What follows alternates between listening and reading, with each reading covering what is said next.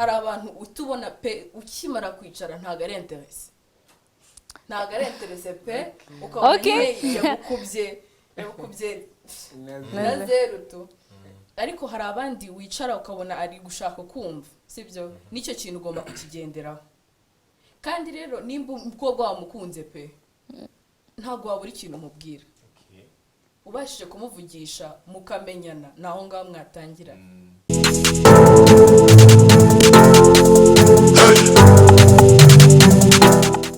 mwiriwe neza nanone ndagira ngo mbanze mbakumbuze uyu munsi mu kiganiro abubu dufite ibintu bidasanzwe mwese mwarebye Girls Corner y'ubushize hari abantu babiri mwabonye uno munsi baje kwifatanya natwe kugira ngo tubahe show tubahe show twagiye nitwira dukunda Clement ni umuhungu wanyu Greg tugiye kubakorera ibintu birenze uyu munsi kabisa uyu munsi tubafitiye mbere yuko mbivuga nako reka banze mvuge abantu turi kumwe nabo banze bivuga uyu munsi turahera ibumoso bwanjye mwiriwe muraho amazina nitwa Sandra umushambokazi w'umunyarwandakazi manishimiye kubana namwe uyu munsi twimanukira muraho nitwa Keza Alex mushobora kuba mwambonye muri iriya show yindi nta kindi kirenze nibyo ndi kwikanga ari ibyo uri kwikanga okay uyu munsi rero dufite topic iryoshye byatari abajama muri hehe ko tubafitiye abana gahunda idasanzwe ari abajama gusa ni abakobwa babiri ku bahungu babiri ariko ntago ari deba kuko gende ku ruhande rw'abakobwa none se ngereje ku ruhande rwanjye nyine okay uyu munsi ugiye kuganira kuri moves z'abajama nyine abantu bubu mugwamo gute mugwa muri beat gute mugiye kwinjirira umukobwa moves zanyu nizi okay uyu munsi tugiye kubabwira ese wowe tute ugwamo gute umufatisha ute nyine umukobwa wawe ntago ari vava ntago ugiye kumwamba oya okay abatarawa ugiye Kinyarwanda ni hatari hari abantu kiri buze kugora ndabizi Sandra umushambokazi w'umunyarwandakazi moves zumbutse bagwamo batiye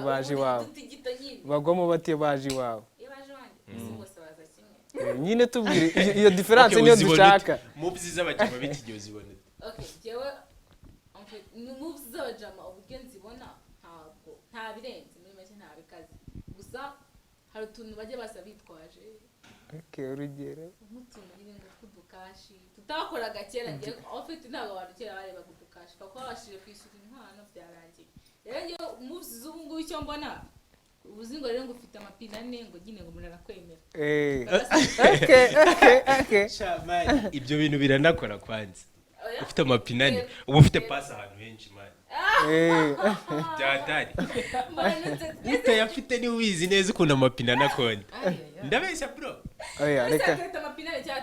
amapine ane y'ubwayo aratereta nyir'ubwite akaza nyuma ubundi hari ikintu kibanza gukomanga mbere yuko uhagera wowe usanga imiryango yuguruye reka mbibwire umushambokazi mu kinyarwanda bavuga kuvunyisha kuvunyisha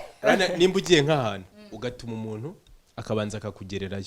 akakurebera ukuntu bimeze sibyo noneho yakurebera wowe ukagenda byarangiye nyine ugiye bari bukwakire kuko hari umuntu waje kukuvunyishiriza amapine naravunyisha mu nshya so ushatse kuvuga yuko abantu badafite amapine ane we batavunyisha ni struggle bro n'ibyo ntabwo mbyemera kubera yuko nge I know yuko abantu n'ubundi iyo ufite amapine ane cyangwa utayafite n'ubundi mbona umunsi wakora ubukwe kandi ntayo bafite nese nkubeshye reka singiye kubabeshya pe ngiye uko mbyumva byo umuntu ufite amapine ane amafaranga ntagenda n'umukobwa azagenda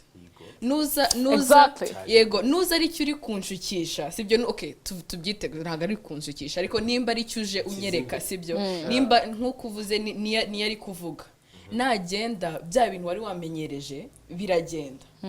ku buryo yega abantu benshi barabikoresha bakumva ko bikora none se hahandi wa mukobwa wemeje ko byakomera bya biki amafaranga azaba hari uzabasha kumutunga ayo mafaranga nutawo yafite uzamubwira iki? I know. Icyo kintu rero ngiye kuri njyewe pe ntago ari ikintu nakemera. Yego baravuga nyine tuvuka twumva bubu tugapfa tuvuga bubu birumvikana ku buryo nyine dushobora oya iyo munyarwandakazi bavuze dushobora kuvuga nyine ko abubu nyine hari ibintu byahindutse kuva kera ariko tutabeshye. Uzarebe abateretse mama cyangwa papa cyangwa tonton cyangwa iki, abo bose iyo bazanaga amafaranga byarangiraga birangiriye aho ngaho. Amafaranga yagenda ibintu bigapfa, ubukwe niyo baba bukoze divorce nibyo nyine usanga ntago bikunda. Nimba amafaranga ari cyo kintu ntuza mariage yanyu cyangwa urukundo rwanyu rushingiyeho naho ngaho birangiriye. Muri movies tuvuge igihe ariko kwinjirira nihe stage amafaranga yagakwiye kuzamo none? Amafaranga yagakwiye kuzamo ari uko mwamenyanye. Kubera ko ninza tubifate gutya sibyo, nje nkakubwira ngo ndi inzobe yanjye iri naturel sibyo, hagati yo muri relationship nkaza kubwira ko nakoresheje mukorogo sibyo, uko wamfataga birahinduka sibyo. Ku buryo rero nimba ari amafaranga uje unyereka byanze bikunze nitugera hagati amafaranga akabura uko nakubonaga birahinduka. Erega reka nkwereke amafaranga ni nka ntuze ni nka catalyst so yizi se atuma reaction yihuta. Ariko nkuko bivuze gutyo sibyo, nkuko bivuze gutyo reba noneho catalyst uyikuyemo reaction sigenda gahoro ikagera aho ngaho kugenda ase ko cyumva ko catalyst izagera ikavamo. Why? Ngaho twasuming ikibazo ahubwo reka nkwereke. None se nimba abakobwa ubwabo nyine amafaranga ari cyo kintu kibabasha sibyo, kandi ntago ari ukuvubu ni ukuva na kera. Greg niyo wavuga nikunda abaji ba kera bagendaga atwaye ibifunguzo hano akagenda atwaye ibifunguzo bibana ku buryo umuntu amuhaga akamanuka muri hudu kabisa kuko kandi nawe ntago waba uri kugenda mu muhanda ubona umutipe bisembo woroheje waza kwinjirira gutyo gusa ngo bimere nk'uko umwe yaparika akakubwira ngo uri kujya hese ngo lift. Njyewe icyo nshaka kuvuga hano ntago twanga amafaranga ko aba part of it.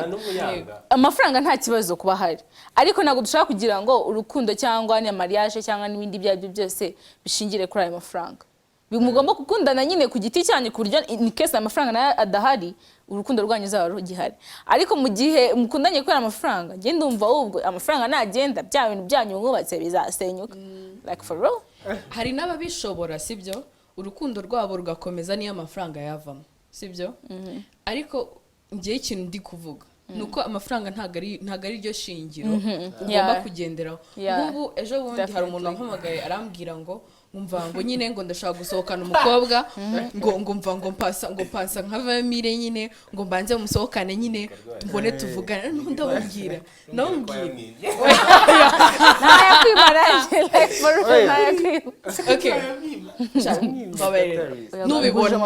nubibona utazavuga ko nakugiriye nabi nyine. Ariko ikintu namubwiye sibyo, namubwiye ntacyo hari ahantu nzi sibyo, nakantu k'akajardin ukuntu hari irebera sibyo. Njyewe ntacyo ndagendera nkusetingira paga picnic ukuntu umusohokane uwo mukobwa natabu wawe uzavuge ko ngubeshye sibyo. Turagenda turasettinga up yewe di baranamutahana mu ntuza mu modoka. Ejo bundi umukobwa nyine arampamagara arambwira ngo usubundi ngo nyine ngo yambwiye ngo niwe wasetinze apiri ya picnic ngo ngiye byarandyoheye cyane nyine. Ubundi abandi batekerezaga ko ukonsa nyine bitewe n'amafaranga n'ibiki byose ku buryo ngiye byarambabazaga. Uzarebe n'abakobwa akenshi yego ntago amafaranga tuyanga ko twese turayakenera sibyo. Ariko iyo umuntu agufashe agagukuba na zero kubera ko nta mafaranga afite, ukabona umukobwa wamukunze ariko juste kubera ko nta mafaranga ufite cyangwa udasa utambaye neza cyangwa ibyo bintu byose ukumva ntago wamwaposha, uba umeze nkaho umukubye n'amafaranga ku buryo nawe nimba adasa kuriya nimba atameze kuriya nawe ntago ari kumuvugisha. Yeah, that's true. Ku buryo nyine umuntu aba yumva umukubye bitewe n'amafaranga wibitseho. none se kuri wowe move nzima ni Kuri njyewe yadanje duhe nk'ingero ebyiri. adutangire kuri nuze ku gastepu ka mbere okay nanjye andi bashaka kubyumva nanjye ndashaka kubyumva kabise move nzima ni izi okay so muri ntuza muri experience yanjye sibyo ikintu umuntu agenderaho ntago ari ukubera ko ukusa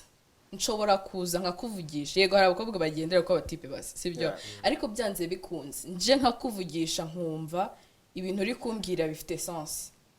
aho ngaho dutangira bihita biconnecta neza utawumva no muntu n'umuntu twaganira n'umuntu twavugana bikakunda sibyo ku buryo bamenye kuganira uretse gato giye ibintu bifite sense nabibuze reka nkubwire ntabwo ari byo ntabwo abantu bose bavuga ibintu akantu gatoya kahinduye ukuntu mbona abatipe sibyo ni umuntu uza sibyo akakubaza wowe umeze gute sibyo nawe akakwibwira nk'ubu nshobora kuza sibyo tukicarana nkahava nta kintu nkuziho sibyo ariko nziho byinshi yego ku buryo rero umuntu abashije kwiga umutipe abashije kwiga kwangaja umuntu sibyo uwo mukobwa ushaka kumuvugisha ubona nyine umufitiye gahunda ushaka gutereta tu usanga ubashije kumwegera akakubwira uko abona abatipe nawe ukamubwira uko ubona abakobwa nk'ubu tuvuge turicaranye sibyo ndaje ndakubajije nk'ibara ukunda ni irihe sibyo naho ngaho ntuza itangiriye sibyo ukagenda wubakaho ukamubwira nk'agastori ko ku ishuri nyine mukicara mukavugana kandi n'ubundi biterwa n'umuntu uko umubona hari abantu utubona pe ukimara kwicara ntago ari interese pe ukabona yagukubye na zero tu ariko hari abandi wicara ukabona ari gushaka kumva sibyo nicyo kintu ugomba kukigenderaho kandi rero nimba umukobwa wamukunze pe ntabwo wabura ikintu umubwira ubashije kumuvugisha mukamenyana naho ngaho mwatangira ibintu uvuga nabyumvise ni uko ndahita ngira umuntu yihuta tu ariko noneho umushambokazi turamubaza igikomeye mo gato gisa n'iki ngiye wakwemeje pe wakwemeje agakora move ya danje kakwemeza ni wowe byagenze bite okay story tu buriya sisi mwama nk'umuntu atagutekereza ko mutipe ntabwo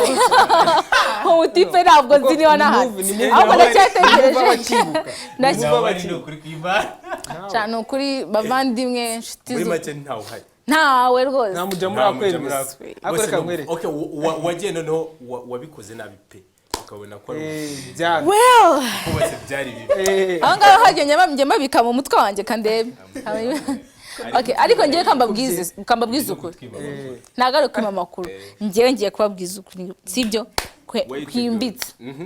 ubundi ntago move ari n'ibintu ntago ari formule nk'iyashimi cya physique move ubundi no kuvuga ko ari uburyo wowe uri n'uburyo nta kindi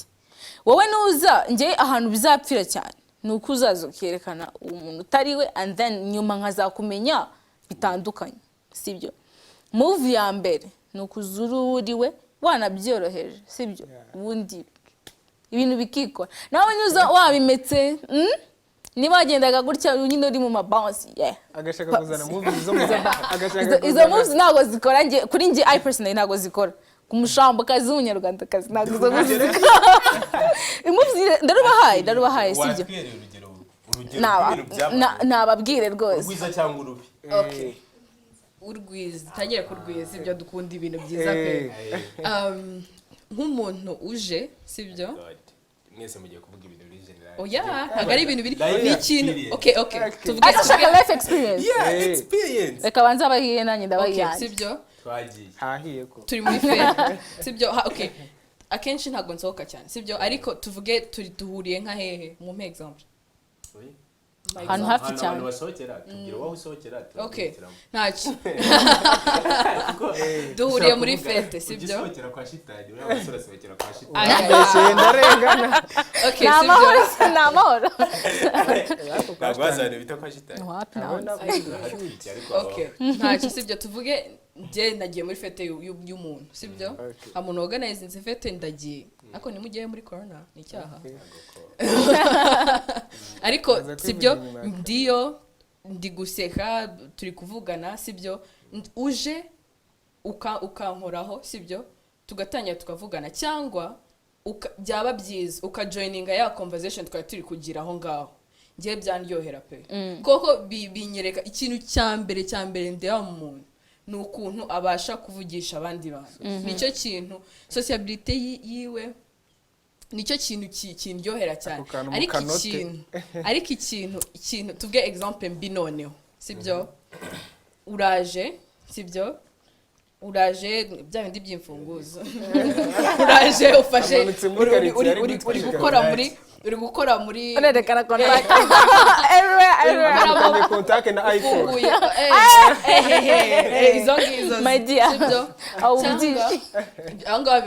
birangiye cyangwa ukaza sibyo ukaza kwa kundi muntu akunyura imbere 1 2 3 4 5 6 suri gushaka kunyereka iki I know right nimba pe singiye kubabeshya nibanga mbabwiye kandi muzabikoresha umukobwa wese tuzarikoresha umukobwa wese ushaka nimba uzi ko umushakaho pe muvugisha ntago uzamureba ngo umenye ngo uyu nguyu yankunze ngo yandebye ngo kubera yandebye ndi kunyuraho ngo oya ese first site ntago igikora first site ntago ikora sha okay first site ishobora gukora ariko twayahanga 0.5 twemereye wabitubwiye ariko uburyo kibasha kucyuma okay ngiye kambabwire rero ntabwo ndi umuntu ukunda kujya mu mashow cyane ariko hari igihe nko kwa gatanu njya niyongoza nkajya njyayo ariko atavuga ngo ndabishaka cyane wa gatanu mubaho mu cyumweru sinagari mu byadaje rimwe mu cyumweru sanga kuno nyine naragiye muri fete tu umushito wanjye nyine simuzi si by'ama anniversaire and then kwa kundi nyine simba muzi sama glass abantu murabizi mwatajya gukoresha inyarwanda cyane ariko cyanze rwose kwa kundi nyine umuntu wawe ukiruka nyine ukareba umuntu sasa rero wawuza n'umuntu amaso nawe gatatu gahita umenya ko hari ukuntu so njyewe rero hari no mujama ntabwo ndamuvuga izina sijya umuntu babarira ariko nyine nicaye ahantu turi kunywa nyine amazi n'icyayi noneho turangije nyine nkajya mbona ari kundeba nkahindukira nkamureba nawe akandeba nyine ndibaza ndaje nanabyihorera and then simushaka move nziza se and then ngiye ndavuga ni nakomeza kundeba ndaza kumubaza urandeba iki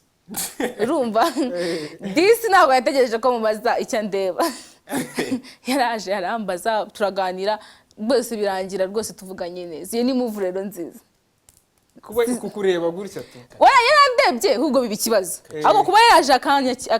akanyaproaching akamvugisha niyo move nziza kwa kundi yakurebaga hari akantu byagusizemo byatumye byibuze umutekereza ako nakamuvuga danje ariko pe umuntu wakurebye hari ukuntu umuntu akureba ukabona nyine hari akantu karimo azika umuntu ukureba ukazajya yibaza cyambere cyo niba tarahanzi icya kabiri nshobora kuba wenda namwibye icya gatatu nshobora kubyo ndi kumwe ari wabyisiye cyangwa se hari n'icyo kureba imbere y'urukundo ariko ibyo nabyo ni bon ariko nzabibwirwa n'iki the only way kubimenya nuko uzaba waje ukambwira uti you look good wambaye neza uri mwiza bla bla ako reka nkwereke mwagomeje kuvuga ku kintu cyo kuvuga cyane sibyo umukobwa kuza ukamuvugisha hari abantu batajya bamenya kuvuga nyine batari beza mu kuvuga nyine ako byibuza abafite umutima byiza kuvuga ati n'umukobwa namukunda ariko si umukobwa yarata kwa mukunda bitandukanye nuko yavuga umukobwa yarata basandika wakandika agapapuro iyo move ni yakeye iyo move yakeye zikiga ko rungu muri classe se nagugeze wandika agapapuro gatinura yizo gasoma ntabwo nabikoze njyewe nabigerageje byarakunze akenshi yaragaciye yaragaciye ahubwo yaneje n'abantu uwo musore wabyukiye ibumoso hari igihe ubyutse nabi ntabwo twabijya muri kadusoze barakoze bano bakobwa ariko man tuzakore part 2 y'iki kiganiro muzandiho urugero ariko reka nkwereke utari sketch noneho tuzazane umukobwa utazi tuzane n'uriya musore uriya mini njyewe uriya musore ndamwizera yaza abakobwa mwatuzaniye uyu munsi bari kuri angle imwe bose njyewe nshaka umukobwa byibuze uvuga ati ngiye nkunda umuntu ufite nyine agwamo afite ikanka nyine imodoka tu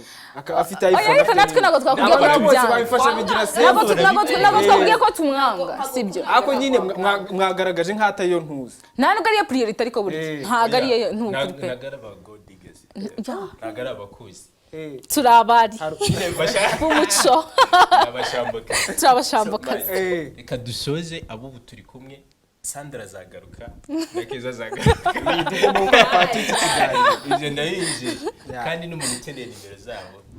azane ya modoka imodoka turayishaka n'uko batayishaka moto turayemera ariko ntabwo byoroshye cyakoze mugene mukore subscribe umukomantinga bano bakobwa ni beza uzagira comment igize akanimero tuzahita tukandika muri comment tuzajya turiplayinga nimero yeah guys murakoze hasta la vista kabisa